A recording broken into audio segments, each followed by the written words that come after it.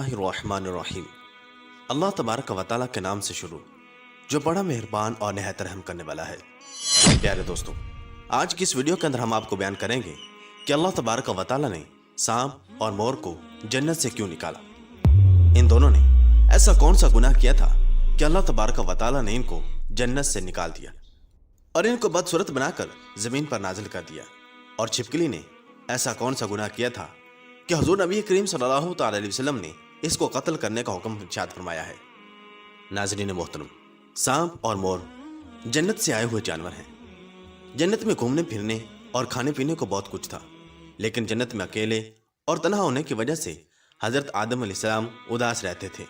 तो अल्लाह तबारक व तआला ने हज़रत आदम अलैहिस्सलाम की बाईं पसली से बीवी हव्वा सलामुल्लाह अलैहा को पैदा किया और यूं हज़रत आदम अलैहिस्सलाम बीवी हव्वा सलामुल्लाह अलैहा का साथ पाकर खुश हो गए और वो दोनों जन्नत में खुश रहने लगे।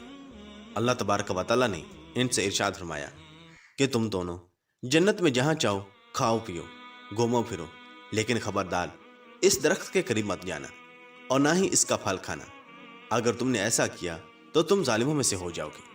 सांप और मोर भी उस वक्त जन्नत में रहते थे और वो दोनों जन्नत से बाहर आया जाया करते थे। इस वक्त सांप के पैर भी थे और सांप के मुंह से अबरक की बहुत अच्छी खुशबू आती थी। और मोर आज जितना खूबसूरत दिखाई देता है वो इससे भी कहीं ज़्यादा खूबसूरत हुआ करता था। जब वो जन्नत में रहता था तब मोर के पाँव भी बहुत ज़्यादा खूबसूरत होते थे। एक दिन जब वो दोनों जन्नत के बाहर आए तो इनकी मुलाकात शैतान से हुई। शैतान ने इन दोनों से कहा कि मुझे भी अपने साथ जन्नत में ले चलो। तो उन दोनों ने जवाब में कहा कि हमें अल्लाह तबारक व तआला का खौफ है और इस बात का डर है कि तुम्हें अपने साथ जन्नत में ले जाते हुए हमें कोई देख न ले, इसलिए हम तुम्हें अपने साथ जन्नत में नहीं ले जा सकते। इस पर शैतान ने इन्हें अपनी दोस्ती का वास्ता दिया कि हम जन्नत में साथ रहते थे, मुझे भी जन्नत में ले चलो। मोर ना माना, लेकिन शैतान ने इनको दायमी जिंदगी के ख्वाब दिखाए, जिस पर सांप मान गया। और सांप ने शैतान को मशवरा दिया कि तुम मेरे मुंह में बैठ जाओ और मैं तुम्हें जन्नत में ले जाकर उगल दूंगा और इस तरह तुम्हें कोई देख नहीं सकेगा। बहरहाल नाज़रीन मोहतरम, सांप ने शैतान को मुंह में बिठाकर जन्नत में ले जाकर उगल दिया। इस तरह शैतान दोबारा जन्नत में दाखिल होने में कामयाब हो गया।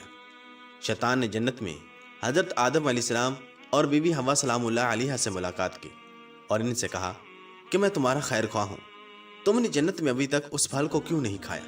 इस पर दोनों ने शैतान से कहा कि अल्लाह तबारक व तआला ने हमें इस दरख्त से दूर रहने और इसका फल खाने से मना किया है, इसलिए हमने अभी तक इसको नहीं खाया और ना ही खाएंगे।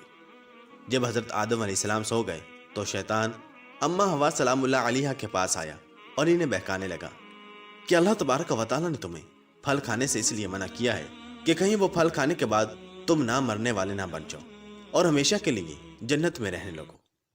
हज़रत बीबी हव्वा सलामुल्लाह अलैहा ने शैतान के बहकावे में आकर इस दरख्त का फल खा लिया। हज़रत आदम अलैहिस्सलाम सोकर उठ गए तो बीबी हव्वा सलामुल्लाह अलैहा ने इन्हें भी इस दरख्त का फल खाने पर मजबूर किया और वो फल हज़रत आदम अलैहिस्सलाम को भी खिला दिया।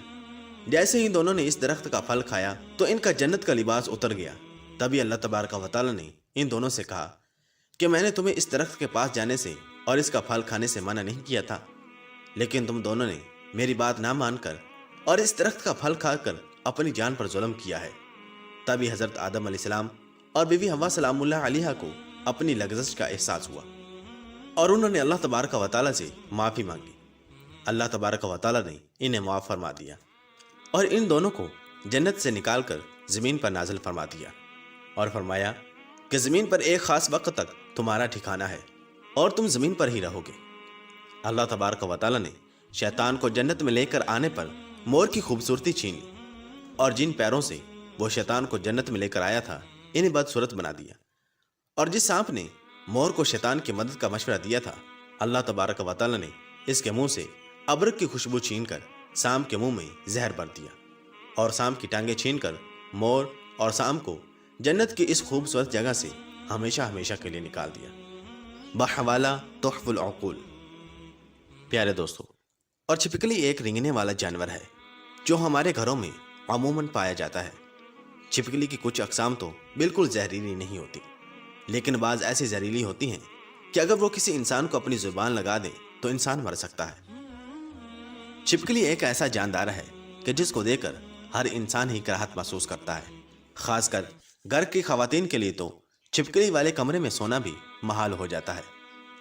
ناظرین محترم، تذکرۃ الاولیاء میں ہے کہ ایک شخص حضرت مولا علی رضی اللہ تعالیٰ عنہ کے پاس آیا اور عرض کرنے لگا کہ چھپکلی کو مارنا جائز ہے یا نہیں۔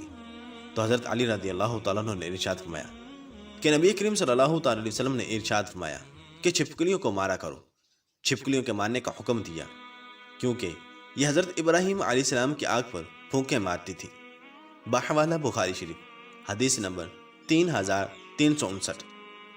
پیارے دوستو، چھپکلی واحد خلقت ہے۔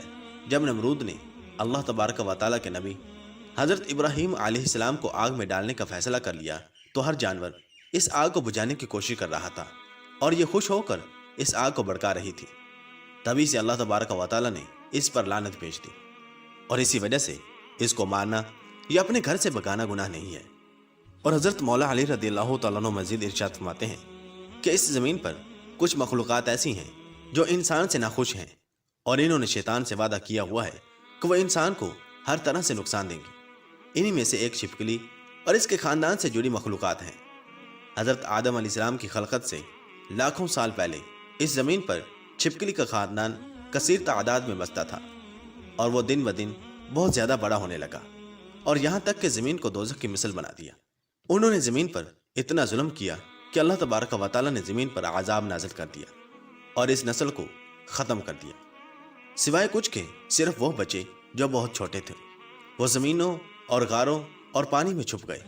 جیسے جیسے وقت گزرتا رہا تو وہ بغض اور حسد اپنے وجود میں بے انتہا رکھتے رہے، یہاں تک کہ حضرت آدم علیہ السلام کا زمانہ آ پہنچا تو شیطان نے اس خلقت کے وجود میں یہ بات ڈال دی کہ تمہاری نسل کو حضرت آدم علیہ السلام کے لیے ختم کر دیا گیا ہے۔ تبھی سے اس نسل کی مخلوقات انسان سے نفرت کرتی ہے اور کوشش کرتی ہے کہ انسان کو نقصان پہنچایا جائے۔ چنانچہ حضور نبی کریم صلی اللہ تعالی وسلم کی بہت سی احادیث میں چھپکلی کو مارنے کا حکم ہے۔ ایک موقع پر حضور نبی کریم صلی اللہ تعالی علیہ وسلم نے ارشاد فرمایا، جو شخص کسی کرلے، چھپکلی اور گرگٹ کو پہلی چوٹ میں مار ڈالے اس کے لیے 100 نیکیاں لکھ دی جاتی ہیں، دوسری چوٹ سے مارنے پر اس سے کم، اور تیسری چوٹ سے مارنے پر اس سے کم۔ بحوالہ صحیح مسلم شریف، حدیث نمبر 2240۔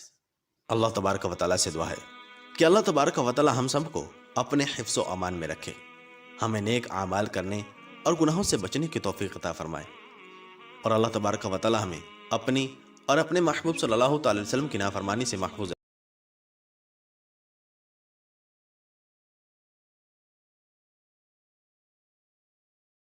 Thank you.